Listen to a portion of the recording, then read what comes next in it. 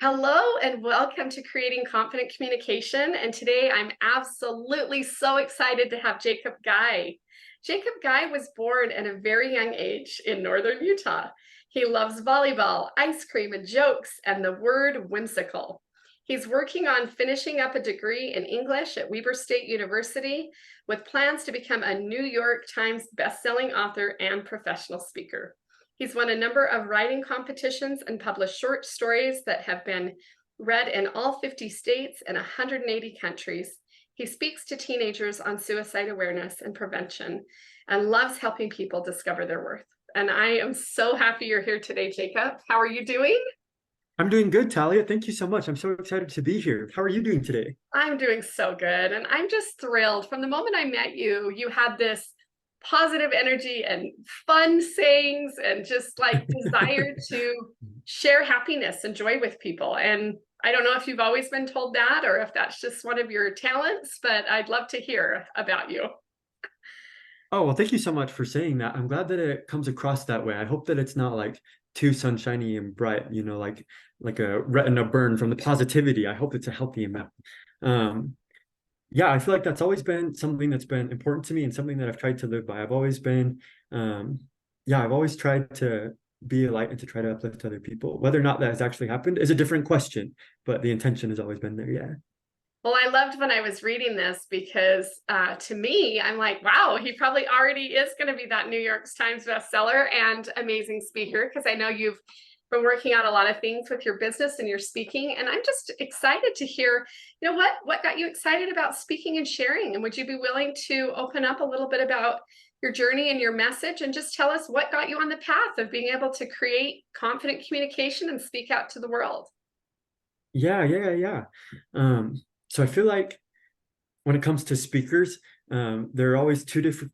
You're either one of two speakers. There's either the speaker who never thought about it, never had any plans, and just kind of got thrown into it, and then they didn't really have a choice. They were forced to become a speaker. And I feel like on the other side, there are speakers who have known that they've wanted to do it forever, and they felt very called to it and very. It's been like a mission that they feel like they have to fulfill. And for me, I feel like I fall into that second category. Ever since I was young, I've always wanted to do something with speaking. I remember when I was in eighth grade, I listened to a speaker and I just walked away feeling like, yeah, this is exactly what I want to do. And I feel like I could be pretty good at that. And so that's always stayed consistent. And I don't feel like that's ever really gone away. Um, as far as like what I've wanted to speak about or what my message has been, I've kind of gone back and forth and I don't feel like I really got that nailed down until recently. Um, Actually, last year in October, it was just a really interesting time. Last year in October, I heard of 7 people who had tried taking their life. For the most part, they weren't people who were directly connected to me, but I had like a coworker whose daughter took her life. I had a friend whose mom took her life. It just felt like so much was going on, and there were so many people who felt like they weren't able to cope with their circumstances, and they were just suffering in silence. No one had any idea that they were hurting and that they were struggling. And suicide has always been something that has hit home for me. That's always been relevant. And so, especially in October of last year, with all of that going on, I just felt like um, I want to do something to help out with this. And I feel like I need to do something to help out with this. And I wasn't sure what that journey would look like. So I was actually going back and forth last year. I'm in school right now. I'm majoring in English, and I thought about maybe changing my major to social work, and then going that route and focusing more on social work and helping people with suicidal ideation.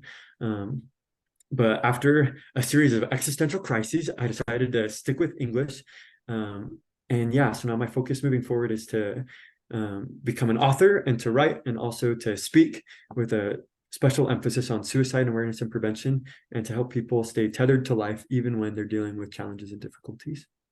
Wow, it's beautiful. So do you mind opening up? You had said that you've had some struggles and some discouraging times in your life, and why you feel called to share and help people.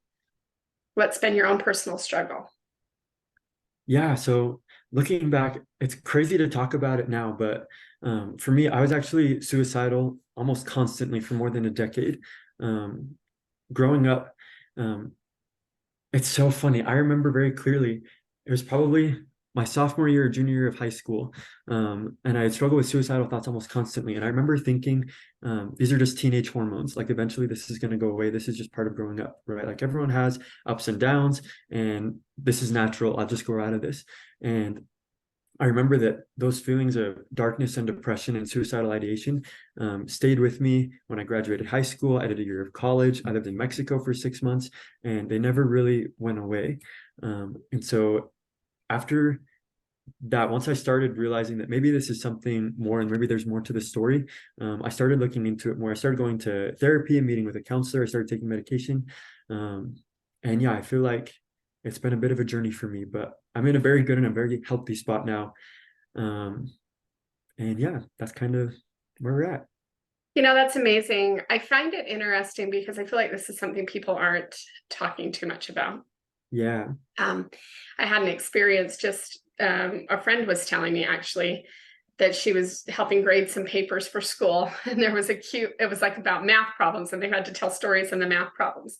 But the stories was about a little duck, and the little duck was different than some of the ducks, and there were different things that were said, but basically that the duck was working through some mental health issue. And this Yeah. is just a little story from a young child. And I thought, there are so many of us that are trying to work through our thoughts and our emotions and the feelings and the things that are coming up. And it's even in our children and our youth. And so I find it amazing that you want to, and especially you said your title is being tethered to life. Is that what I heard you say? Yeah, that's it. What does that mean to you when you say you want to help people become tethered to life? Yeah, so this idea of tethering, like if you think about the word tether, it basically means to be attached or connected. And so I feel like a lot of the time when people are struggling with difficulties, especially with mental health concerns, they're feeling very untethered. They don't really feel like there's anything connecting them or attaching them or keeping them in place. And so the idea with being tethered to life is finding ways to create, I call them life tethers, and basically just find ways to attach yourself to being alive. And so we can do that through relationships with our family and friends. We can do that with our goals, through challenging ourselves, through finding opportunities. But yeah, ultimately the goal is to find ways to stay tethered to life, and to essentially, you can like almost picture like a string between you and your life. And so then even when those difficulties come and they start pulling you away, you still have that tether to keep you in place. Oh, I love that.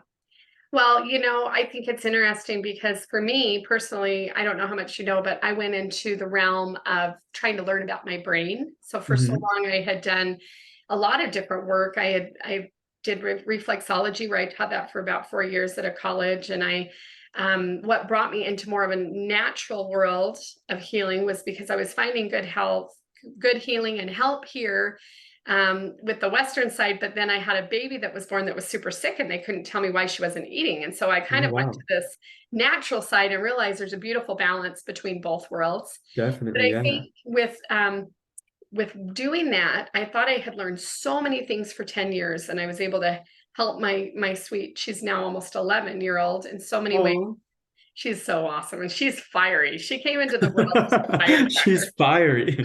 She takes And after her and mom. she is. Oh, she's fun. But I will tell you, she's been one of my greatest teachers. But when I started to learn about the brain and the way that the brain works and processes, I feel like there's a lot of ways that we can help with that mental health. So Yeah. through my coaching processes and stuff. So I'm curious, when you're speaking to people or when you want to help people, because you've told me you love reading, you love diving in, you've learned so much over the journey. Like, what tips or tools would you share today if you were going to give a couple people just some hope? What would you say to the one who was like you, that felt like maybe this was normal and this was just part of life? Like, what tools can you share or tips can you share with us? Golden nuggets that we can glean The from golden you nuggets. to move forward. Yeah. I guess just briefly, we can talk about, I have an acronym that I like to share. It's the acronym LIFE. And so there are 4 life tethers based off the word life. And so the first one is to let go. When it comes to our self-worth, for the most part, people tend to base their self-worth off of external circumstances. For example, have you ever posted on social media and then all of the comments and likes start flooding in and you feel pretty good about yourself? You feel pretty happy and you're like, okay, yeah, I'm pretty amazing. And then a few days pass and then that starts to fade. And then you feel like I need something to fill me up again. And so you post again, and then that cycle repeats. Or sometimes it's receiving compliments from other people. If other people are building you up, then you feel like, you know what, I care about myself. I'm doing it pretty okay. But then eventually there comes to a point where those aren't flooding in. And so then you have to go somewhere else to find it. And it's this constant idea of looking and searching. And so this idea of letting go is creating a sense of self-worth that isn't dependent on external circumstances, but is 100% internal. I think about it, it's almost like the difference between a water bottle and a drinking fountain, right? If you have a water bottle, that water bottle is great when it's full, but the moment it runs out, you have to go somewhere else to refill it, right? And so it's the same idea with our self-worth. For the most part, people tend to have a water bottle approach when it comes to their self-worth. Right, like this is great when I have it, and I'm doing all of these things to fill it up, but I constantly have to go in search of filling it up. I constantly have to find a way to refill it once it empties. We can compare that with a drinking fountain, which is more like the moment that you need it, it's available, right? You just press the little button and you have water and it's great. And that's ultimately the goal with our self-worth, is that we become so connected with who we are and what we're here to do, that whenever we do need that boost of self-worth and we're wondering, maybe we're unsure about our confidence, we have that knowledge inside of ourselves to tap into. We don't have to be relying on external resources because we've built an internal reservoir that we can draw from. Well, that's so cool. So letting go was the first one. Did I hear the second one? Yeah, so the second one is I, which stands for inscribe who you want to be. The word inscribe means to write or to carve on something, especially as a formal or permanent record. And so this idea of inscribing who you want to be. I read a book, Incognito, by David Eagleman. Have you ever read it before, Talia? It sounds super, super familiar. Kind of remind me again. It's this really interesting book. It's written by, I think it's a neuropsychologist, and he talks about different processes of the brain. Right up your alley. You would love it, Talia. Yeah, it feels familiar. I want to read it if I haven't, but keep going. Yeah, it's a good one. So in that book, he talks about how there's a difference between our conscious brain and our subconscious brain. And he compares it to back when people thought that the earth was the center of the universe, right? They thought that this earth is everything and like there can't be anything that exists outside of that. And so it was ground shaking when people realized that the earth is actually just one small portion of this huge scheme that's going on around us. And so in the book Incognito, David Eagleman compares that to our conscious and our subconscious, and how our conscious mind is just this tiny piece that exists with the whole subconscious that's going on all around us. And so with this idea of inscribing who we want to be, I don't want to take up too much time, but something that I talk about plenty is of time. Keep going. We're okay. If you want to just give us the sum of what the I is. So that we have like some gold nuggets to keep going. I guess I'm looking at it going, I want to hear all of them. We'll just be really, we need all the nuggets. We know that the L was let go. And then what again for the I with a great tip. And then we'll have to read the book and learn more and come and hear you speak because it's amazing. Yeah, so the I stands for inscribe, this idea of inscribing who you want to be.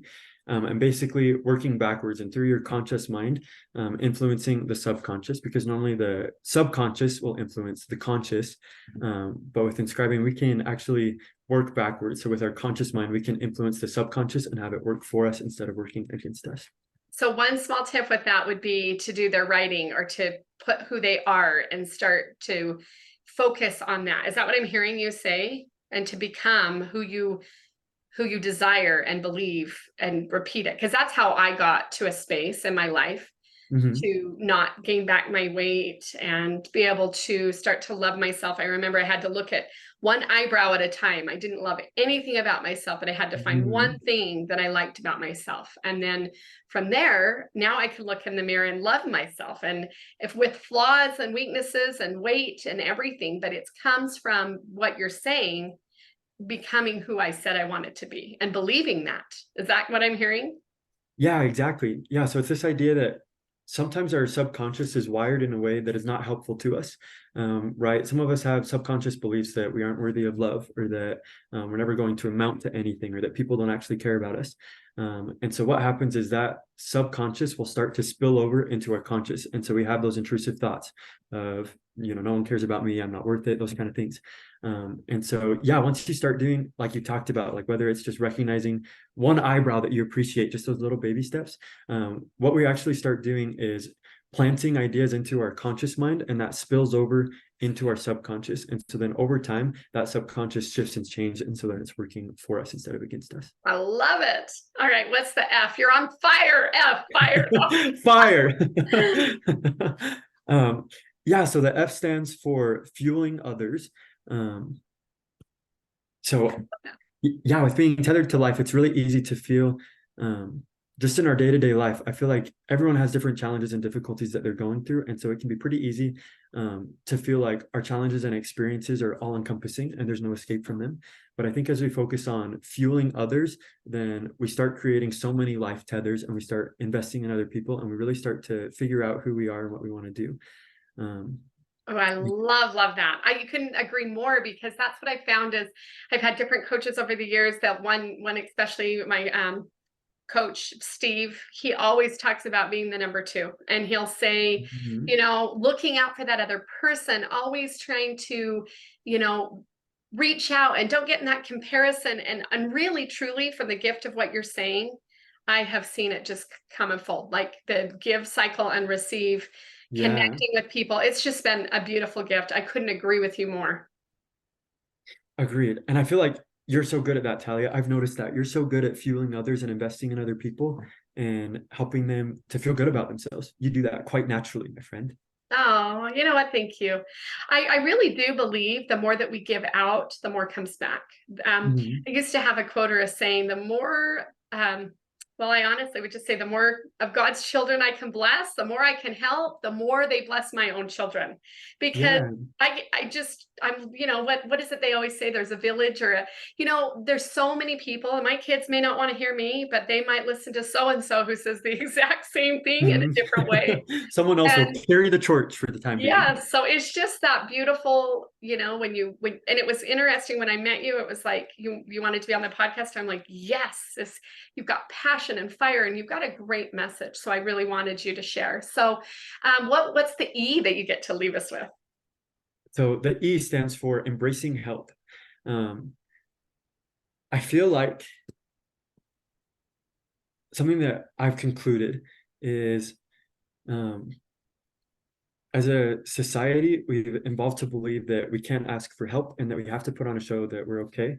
And I almost wonder, this is just personal speculation, but I wonder if part of that almost comes back to like survival of the fittest. Like you think about humanity, like since the beginning of time, humans have had to be able to essentially like prove that they can contribute and that they can help out, right? Like in the ancient times of people hunting and gathering, like if you couldn't hunt, if you weren't able to contribute, then you wouldn't last very long, right? And so there was this idea of I have to surround myself with people who are going to help me to survive, and I have to be able to prove that I can survive, or I'm going to be left behind. It's not going to work out. And so I think in some ways we almost have that same ideology going on, where we still feel like I have to be perfect and I have to prove that I can survive and I can contribute, because if I don't, then I'm going to be left behind. There's still that same kind of mindset. And so I think one of the biggest ways that we can become tethered to life and become tethered to other people is allowing other people to see our brokenness and not feeling like we have to hide it or avoid it. I'm coming to believe that life is so much less about avoiding brokenness and so much more about harnessing it, finding ways that we can use it to help other people, and also develop ourselves and become better people. You know what? I love everything you've shared. The last one I think was one of my favorites, because personally, and I know you can share, you've probably been there, but I got to a space of complete humble in my life several times. Right before my daughter that I just talked about, before I got pregnant out of the blue, I had her 7 years later almost, and my husband had fallen off a ladder months before. Oh, And really? he couldn't walk, and he seriously is one of the most ambitious people I know. And at the time we had a farm. I've opened up about this story, but we had a farm, and I didn't know anything about it. We were just wannabes, city kids trying to have a little farm here for our kids. it got to a space that he couldn't do anything except for be like, hey, did you get the horses, the bella hay, and did you get the cow? And I was just like dying. And I remember I just opened up a little bit that I was trying to build this like pig pen, and I had some neighbors show up, and we had some of the most beautiful experiences letting them come and help us. And some kids in our neighborhood came, and they had Oh. screenshots, so they were playing, and there was birds and squirrels and rats from the farm, and because we have sheep next door. And these are memories, by letting people in and allowing them to help us, were the most humbling and grateful memories I can share. And I think, and I can't even remember where I just heard this, I want to say within the last week, but we can give and give, but this cycle, that this beautiful circle is what I want to call it, of this give and receive. If we won't allow ourselves to accept help and service from other people, we almost stop the flow. Yeah. And so I just loved what you were sharing about that, because if we want it to be a full circle where we can come back around, the times that we're feeling, if there's anyone on this podcast today that feels like they've hit the low of lows, which I know I have, and Jacob, it sounds like you have. I encourage them to say, who can we reach out as a lifeline or a resource? Because oftentimes I'll just start talking about something I'm working through, and ironically enough, someone else will say, oh yeah, I've had that struggle. Or Yeah, have you noticed that once you just start definitely. sharing, people will come into your world in that space that you said, to just be open, just be real. People actually like us better when we're real. Yeah, When we definitely. mess up, when we fail. And I just started calling these fails, Jacob, is so cool. I'm calling them my unforgettable fails, because there are these wonderful fails that are helping me become so much better. Yeah. And they're not big, awful fails. They're unforgettable moments that are helping me become and create who I really am meant to be. I love that. Stepping stones. Yeah. Yeah. So did you have, any other thoughts to that? I had one more question for you after, but any other thoughts on that before we move forward? No, yeah, I totally agree. I feel like what you were saying about just being real and allowing people to really see us, I feel like right now it has never been easier to be fake. Like with social media and with AI and with technology, it's really easy to put on a show and to put on a mask. You can pretty much convince people to believe anything that you want to. It's not hard to do. But I think what people need right now more than anything is just real and radical authenticity, just very genuine and very real and very raw. I think um, people really long for that right now. And so sometimes that realness is maybe a little bit broken, or maybe a little bit imperfect, or maybe all the pieces aren't put together. But I don't think people need that right now. I don't think people don't need loved ones who have everything figured out and who have everything put together. I think people need others who they can relate to and who can support each other as they try to figure things out. I think that's really what people need right now, is just, yeah, just real radical authenticity. Mhm. And you know what I love most about that is being a speaker. I've had some interesting things come up where it's like, and my coaching programs were my biggest fails or my hardest things. I'm just real. Like it's happened on stage. I'll bomb on something, and I shared with you, I'll just let Uh-huh. go, and I'll laugh and not put blame on people and go with it. And when we give permission to just stand in our confidence and stand in whatever we're going through and just be real and open about it, people are drawn to that. So I absolutely love that you've shared that. And I really would love to ask one more question before we close, probably the Yeah, most go for it. important question. I always like to say, what would you say specifically to the one person that is in the same space that you were? If you could reach one and help them, to save them, to pull them out of the dark pain and thoughts and cycle and misery that they're in, where you've been, what would you say to the one to be able to help? Oh, that's a good question. Um,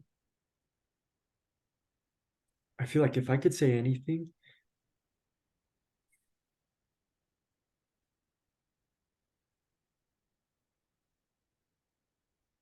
I guess here's the deal. If you were to go back to December 22nd of 2021, um, if you were to walk up the stairs and open the bedroom door, um, you would find me curled up in the corner with a suicide note in one hand and the bottle of pills that I planned to overdose with in the other.